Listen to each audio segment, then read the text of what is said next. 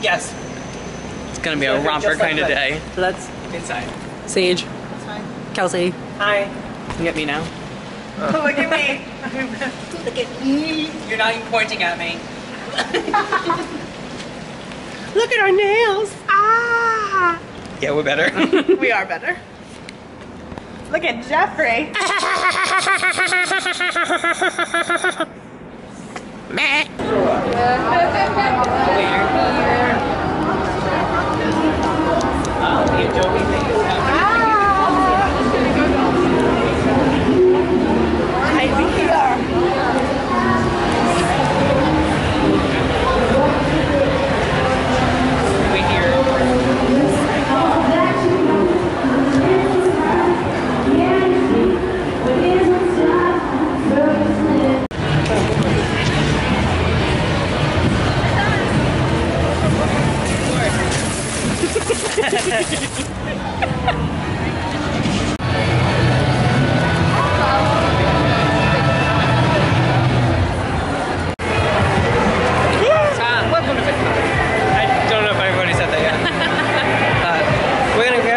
Because I want lemonade. I'm a thirsty motherfucker.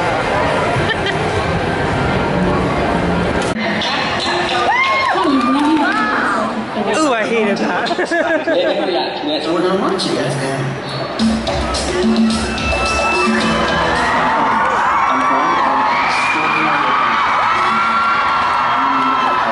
And so are hundreds of others. There's a town stuck in the 1970s that we have to save.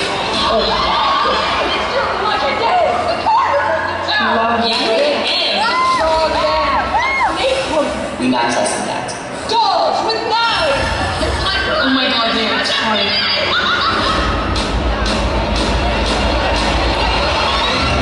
Just enjoy the carnival.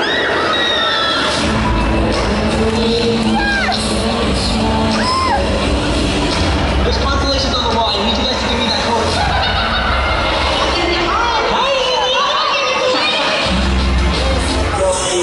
They find out.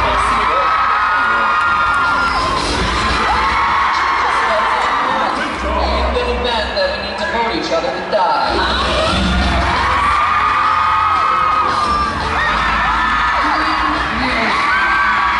You don't see how gorgeous she is.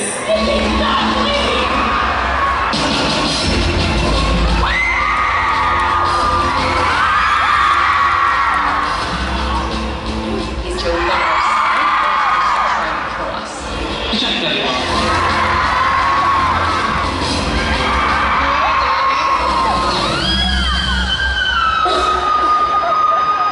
Me.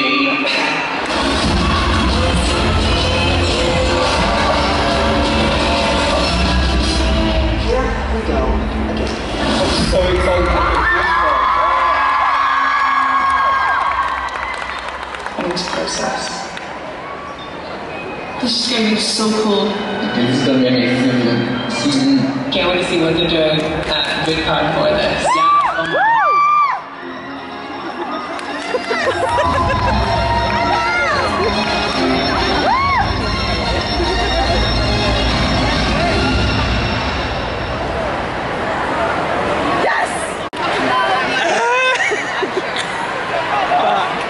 Because she's more shook than you I see are. Matt. Matt's hair looks amazing. My best friends were just on the big screen, so get on my level. District Lines. It's lit.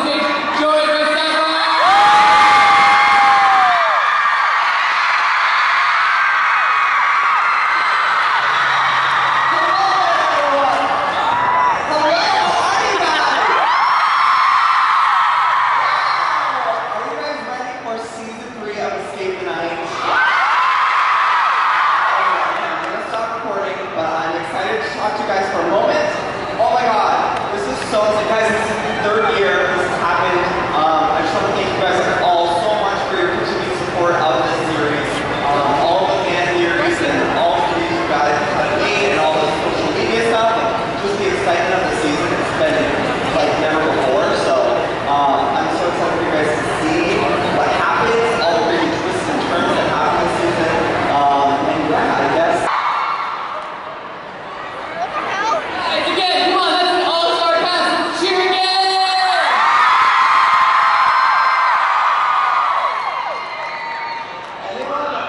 Clearly that wasn't loud enough. Let's do it one again on 3. 1, 2, 3.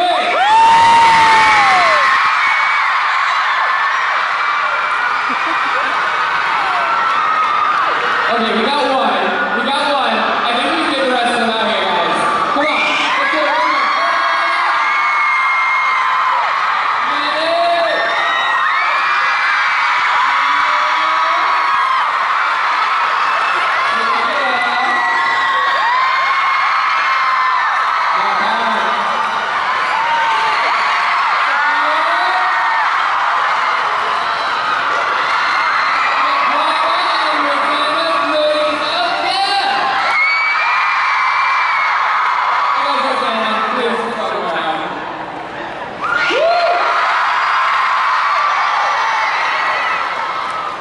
This is just some of the incredible cast that you're going to see in this very first episode. And guys, before we get started, I want them to kind of give you a little bit of a tease and to introduce their characters. So we're going to go down the line, starting with Colleen. I'm going to start with you, give a little short introduction into who you get to be on this series. Okay, hi, I'm Colleen. I am the disco dancer, and this was so much fun. I don't know, I think I just caused a lot of trouble and not so much dancing, but it was awesome. I'm so excited to be here. Hi guys, I'm Tila. And I play the super spy, and oh my god, it was so much fun to play. I love my little outfit, and Escape the Night Season 3 is going to be incredible. The cast is just amazing, so I'm so excited for you guys to see it. Hey guys, I'm Emmanuel. I am the record producer, and all I want to say about it is I'm that bitch in the show.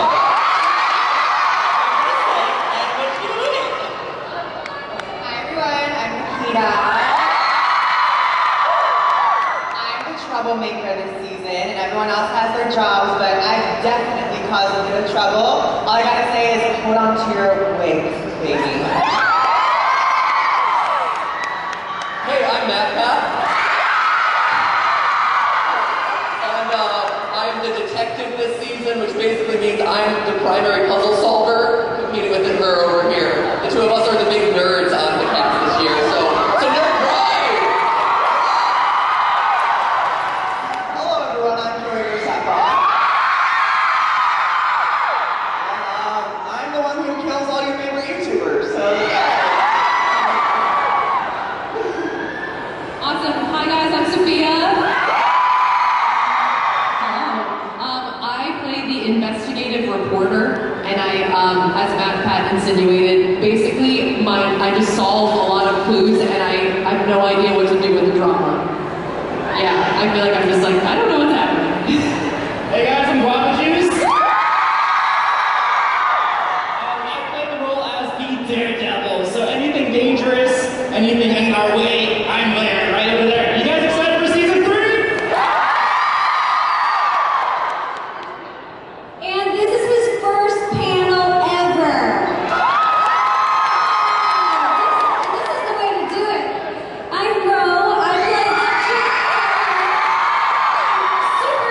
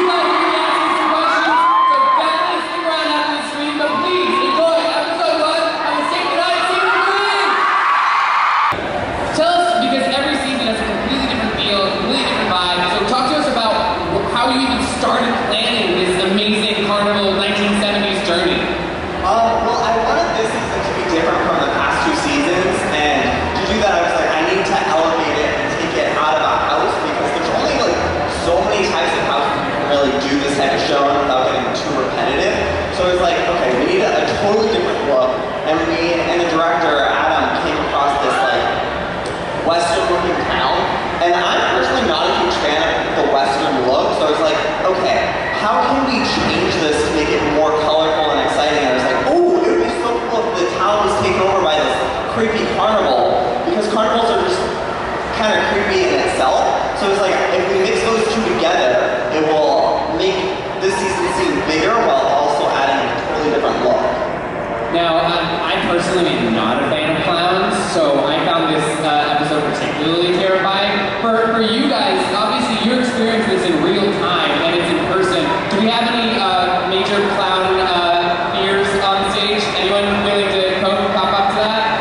Because I know it's me. I hate clowns. It's a no from me. They are scary. They it's a no. No. Clowns just want to spread joy to the world.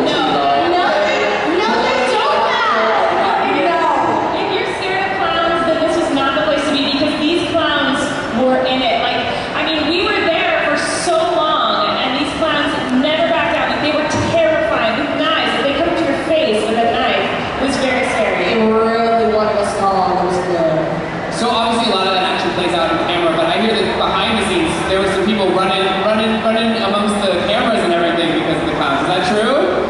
So, are you talking about me? Yeah! Can I say? Okay. Yeah. Alright, so this is, I was very immersed, I would say. I was having method acting like the entire time. So I was terrified. And I didn't know like when we were going to get killed. So when the clowns first came off, you can't see it in the edit, that is very good. I sprinted out of the town behind a tent where the crew was and waited it out. So I actually didn't, I was really waiting there and the crew was like, oh, it must be like a plot point, like you're supposed to be separated. And I was just sitting there and then I heard over the walkie, where is it? And I was like, you're not getting me back out there. I'm staying here. Every time. Every time, bro. And it wasn't acting. I'm so sensitive because I have such a big heart and I love everyone here. And I'm also just really selfish because it's so rare to get this many creative friends together for so long. That week was so special just filming this together. It felt like we were at camp. And it's just, I can't even say how rare it is to get to spend that much quality time together that I was in tears because I didn't want anyone to go home ever. I just wanted, I was like, can we shoot more and more movies, Joey? Can you just keep making like a bunch of cool projects so we can just like hang out for months? I would love that. So I was really upset at the donation. Rose's not kidding. She's so sweet and she's so emotionally invested in everyone. I would get texts at like 6 or 7 in the morning. She'd been up all night upset. She's like, I'm sorry I said that one thing during this one moment. I'm like, I don't even remember that. She was so emotional. She's just like, I've just been crying. I feel so bad I said that thing. And I'm like, what are you talking about? She was very, very sweet. She's just like, I called you at 2 in the morning from the bathtub. And I was like, Colleen, I love you. When I said that one thing, did you think that was me? And you're like, no. Well, I feel like I only want to ask further questions now and get specifics in what you guys are talking about, so that I know we can't do that. Joey, I want to give you a quick last second to kind of tease what people can expect from the rest of the season, because unfortunately we're running out of time. It's went by so fast. It's just like a very dramatic season. There's a lot of crazy twists and turns. There's a lot of things that we actually have never done before in past seasons, which is really cool. So if you think you know what's going to happen, you don't. But yeah, the first 2 episodes are up probably right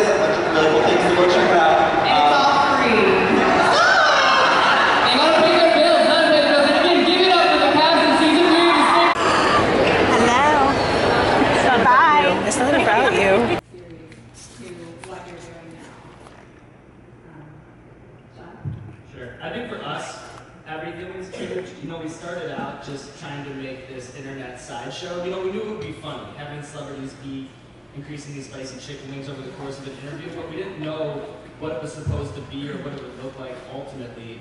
And then I think what ends up happening is your audience puts so much pressure on you to keep leveling up. You know, because there's such a ridiculous competition for eyeballs these days. You know, you can go anywhere. So for something to float to the top, it has to be so undeniably excellent. And you have to do it for so long, where now our aspirations have completely changed and we just want to be the most compelling, fascinating, best interview show ever. And that's 1000% because of the fans. You know, it started out as just this goofy thing, and then I think that it's just that week over week, episode over episode pressure where you have this evolution, and now you just don't even know where the ceiling is or where it can go.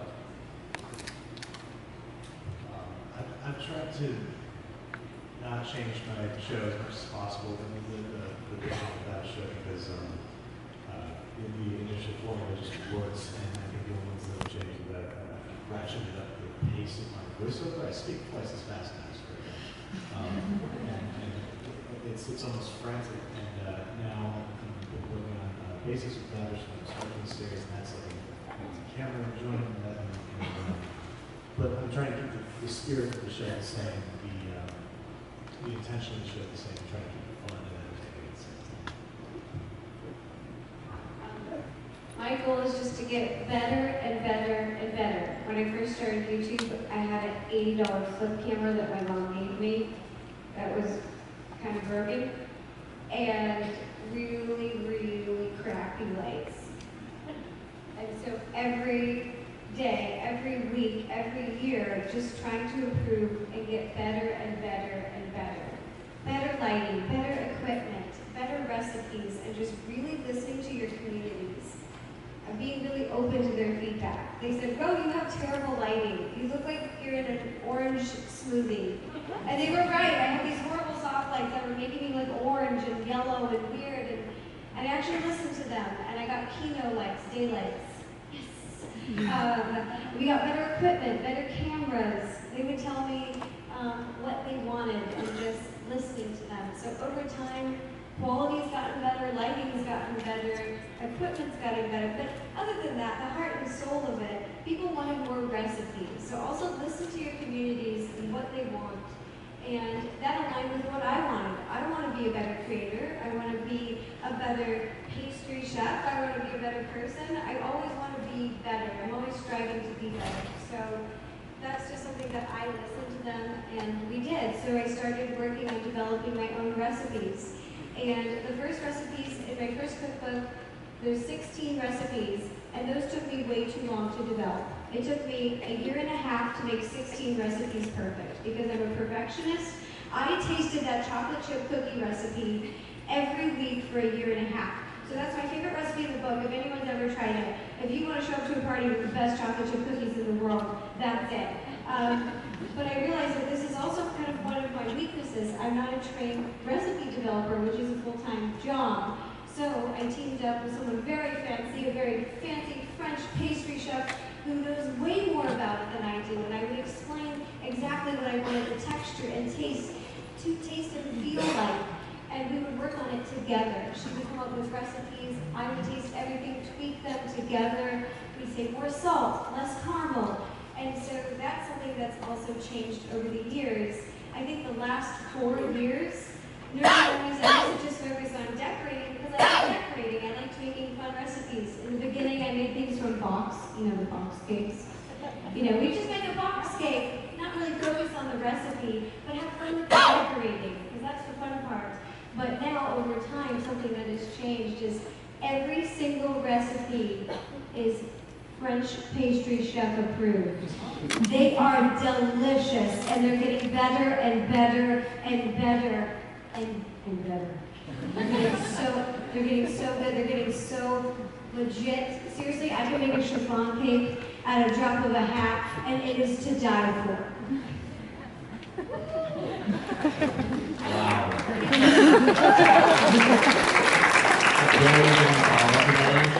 I'm going to follow up by saying we just try to eat less truffle on the show. The changed a lot. The host changed. That wasn't because I hated my co-host, it was because he was busy. The length of the episodes have changed. But I think the same thing for y'all, for me, is that we keep the spirit of the show the same. And for us, it's making it relatable and accessible to people that we are showcasing it to. But for us, yeah, we ate a lot of truffle and caviar at the beginning of the show, and it was really exciting. You know, it's like first dates, and then you just get tired of eating the best truffle in the world. I know. And so now we try to find foods that that are expensive based on other merits, because truffle is kind of a cheat code with food, and so is caviar. Yeah. But oh, and what else do we have evolved? We actually use the same camera since day one, same stuff, but the one thing that we're working on this season is we've kind of treated the show like a TV show. I know we're on the internet, but we're very distant from our audience, and the things that I think you guys do really well that we're working on is hanging with our audience. So like being here at VidCon and hanging out with you guys. Well, back when I started, I'm probably the oldest lady up here, but I started doing YouTube over 10 years ago. So YouTube wasn't a job, that wasn't a thing. So I had no intentions of making money or a career. I was just doing it to kind of goof off. And I never thought anyone would see the videos, I was just kind of being a goofball. And I loved it. It was so fun. I didn't make money online for years. I was just doing it because I loved it and I was passionate about it and it was fun. And I think that's what keeps me going, is that I'm passionate about it. A lot of people ask me now, how can I get famous on YouTube? And I'm like, I don't know, because that was never my intention. I wasn't trying to get famous. I was just doing what I loved and having fun with it. So yeah, I think my why is a lot different than maybe other people, because I did it. I started so long ago. Yeah, YouTube OG. You have to love it so much, and I think that's the key to being successful, is being passionate about your job. And it is true, like the other stuff kind of goes out the window. I can't tell you how many times a day I lose my keys, my phone, my boyfriend, like I lose people all the time. Because y'all are a mess. Because I'm just so focused on work and I love it so much and I'm so passionate about it that everything else, is, How do you ground yourself? Like, what's the moment? Because it gets busy, it gets crazy. Yeah. So, like, when you're like having a crazy moment in your day, what is the thing that you do to like ground yourself? Work. I do. When I get work done, I feel calm. But if I do want to do something that's not work, I cook. I like to cook at home, and I like to watch trashy reality television. Which one? Pick one. They're all my favorite. Bachelorette is crushing it. But yeah, I love any reality TV. Is kind of I like to turn off my brain and feel done. So At Tiffany Lorena with 2 A's asks, do you ever feel insecure about the content you post, from videos about having 6 cats to talking about your birth control pills? She says, I would love to be a creator, but I don't know how to get over that fear of the content. So how do you get over your fear of the content? I am insecure about everything there is to be insecure about, especially what I put out. Half the time I'm like, oh, this is TMI, or this is cheesy, or no one's gonna like this. But I always tell myself, like, if you're afraid of something, that probably means you should do it. Because you grow in areas where you're uncomfortable or where you're afraid. And I know for me as a human being, one of my priorities is to grow and to learn and to be better every day than I was the last day. And you never know what's going to resonate with people, Sometimes I'll watch a weird, obscure YouTube video that speaks to a problem that I've never been able to articulate, and I feel seen and I feel heard thanks to this person talking about something very, very personal to them. So I would say, if you're afraid, go for it, because you have everything in the world to gain and nothing to lose. That's amazing advice. This one's for Karina. All right, ready? 1, 2, 3.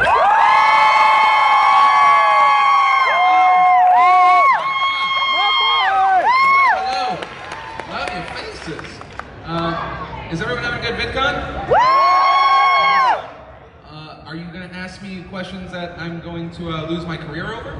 Yes! Cool. Let's do it, yeah. Cool. Just so you all know, if you didn't already submit, use hashtag VidConAskPhil, and I might get to you. Pending my phone doesn't die, because I plan things really well. Oh, wow. No, I'm just kidding. It's gonna be fine. Okay, I got a first one here. You ready for this one? Yes. Okay, it's a long one. I'm gonna butcher some Twitter names. They might be some of you. I do apologize in advance. I'm Record Rewind says, you've been on YouTube for quite a while, and you've gone through a lot of change as your content evolves with the platform and the audience who watches it. When/how do you know it's time to change and bring in something new? I don't know if I ever actively try to change. Kind of to help me with this question, how many people have watched me for 2 years? Right? Okay, so this is a younger crowd, so this may not pan out the way that My favorite was the mix of hands, like raising and cheering. Like someone didn't know what to do, so they were like, is it raising? Are we cheering? What about 5 years? It seems like there was more that time. and 8 years? Even if you're lying, I appreciate you. But no, I mean, it's very much, I think, that a lot of us, like, I feel like the reason that we're connected and a lot of stuff works is that we very much grew up, maybe not at the same age, but we kind of came up together, and there was a relationship there, and if you watch the early stuff, it was clickbait for like 4 years at least, but I think by having that relationship, it was kind of this easy jump into talking about things that I really cared about along the lines of politics, whether it be domestic and international. And so, no, I think I've always made my content for what I find to be interesting, and luckily people have kind of grown with me. Wait, what? I'm just sorry, I talk because we get this question a lot. At Bacon Licking Good, interesting, says, considering the number of incredible YouTube finds you mentioned in TIA on the PDS, how do you choose what to include in the segment, and how do you find time to find interesting content on YouTube? TIA is a little bit of the things that I personally like. I feel like 90% of, if you ever wondered why the secret link is incredibly weird, it's because 90% of the time it's from Amanda. And then it's really kind of, it's become a complete office pool. Like we have like playlists that we send out to people on Defranco Elite. TIA is kind of the public video version of that, just stuff we enjoy and we want to kick out there. But there's not, I wish that there was like an algorithmic explanation. It's just cool shit. That's it. My favorite part of TIA, I don't know if you know this, but my favorite part of TIA is, so James Girardier, who is our editor, I don't know if he's in the audience, he worked all day. We did a PDS, so go watch that after this. He's stress sleeping right now. Probably. But he has to like download all the videos to showcase for the PDS, and he never watches them, because the way he edits is like, he just does it on like auditory, and then after the show, he goes and watches all the trailers, and feels like, you're just now watching this? And he's like, yeah, I was working. Just the clips. Just the clips. No, it's really funny. Okay. Let's see. Oh, I like this one, because we were talking about it earlier. At Andrea Breathe. Yeah, I'm sorry, guys. What's the story behind the intros? Specifically, what's up, you beautiful bastards? What's up, you beautiful bastards? I think, so, okay, if I try and remember, I think, because it used to be Sup Nation, so it used to be that, early days, back with the monkey intro, which we dropped for potential copyright reasons. We don't really talk about that. No, and I think it came from the vlog initially, because I didn't know how to introduce something that wasn't my show, which I had done every day, and I said, sup, you beautiful bastards, and then I think specifically on the PDS, it was a video where we were talking about being advertiser unfriendly, and I was like, let's just jokingly open it this way, and for some reason it stuck, but it also is it was a thing as far as demonetization for a little bit, but it's good now. That's it. You're like, that's it. That's it. That's it. I think I said beautiful bastards in a vlog the other day, and all the comments were like, it feels weird when Amanda says it, and I was like, oh. Why are Phil's words coming out of your face? Sorry, guys. Oh, this is a good one, Okay, at Bridget Arndt, how do you manage to balance fatherhood and a job that doesn't have the average 9 to 5 hours? I don't. It's not in a healthy place yet. It's close. And I've made changes to my life to be able to allow it. If anything, what I will say is I feel like my work life has probably suffered more than like my home life, because for me that is very much what comes first. Like, I love the main show. I've gotten it down to just a perfect way of being able to get it done always. But as far as if you've seen any of the kind of the studio vlogs, a big part of it has been making my office more accommodating, setting up accommodations for my kids so that I can be around them and I can kind of get closer to the workload that I need to hit to be able to make the news network fully successful.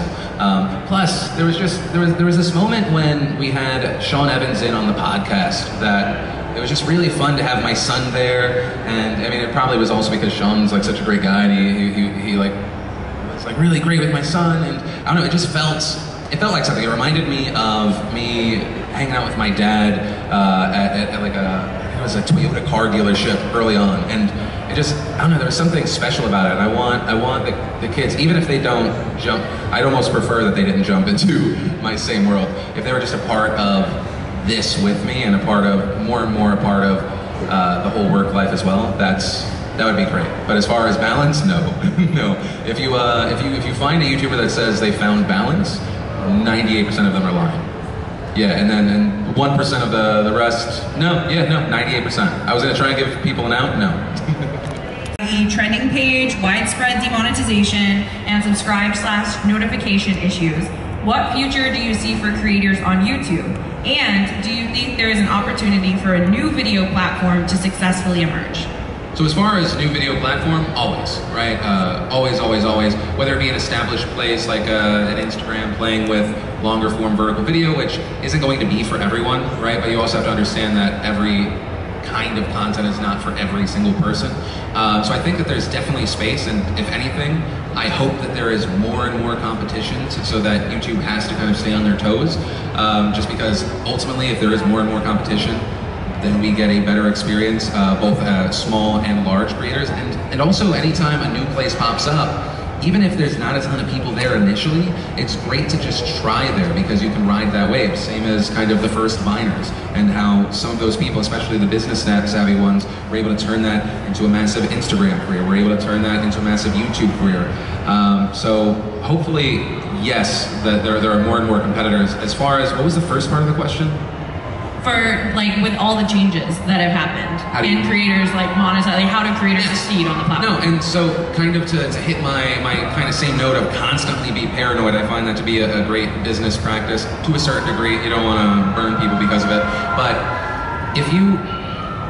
the reason why we're in such a good place is not only because, you know, like many other creators, we got burned in different ways via YouTube, whether it be at times view suppression, at times notification problems, at times demonetization, is that it's a great place to grow, but you should not count on them to do the thing that, you know, they're not completely focused on. Obviously, Google cares about ads. Ads are a massive thing, but there's so much inventory, and for YouTube, I think they just see it as a ton of liability.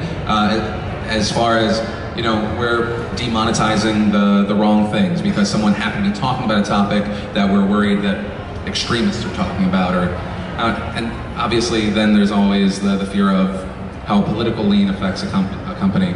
But I think what we're seeing more and more is that YouTube is trying to make it less about just YouTube ads, right? So pre-rolls and kind of the 300 by 250 that's next to the video.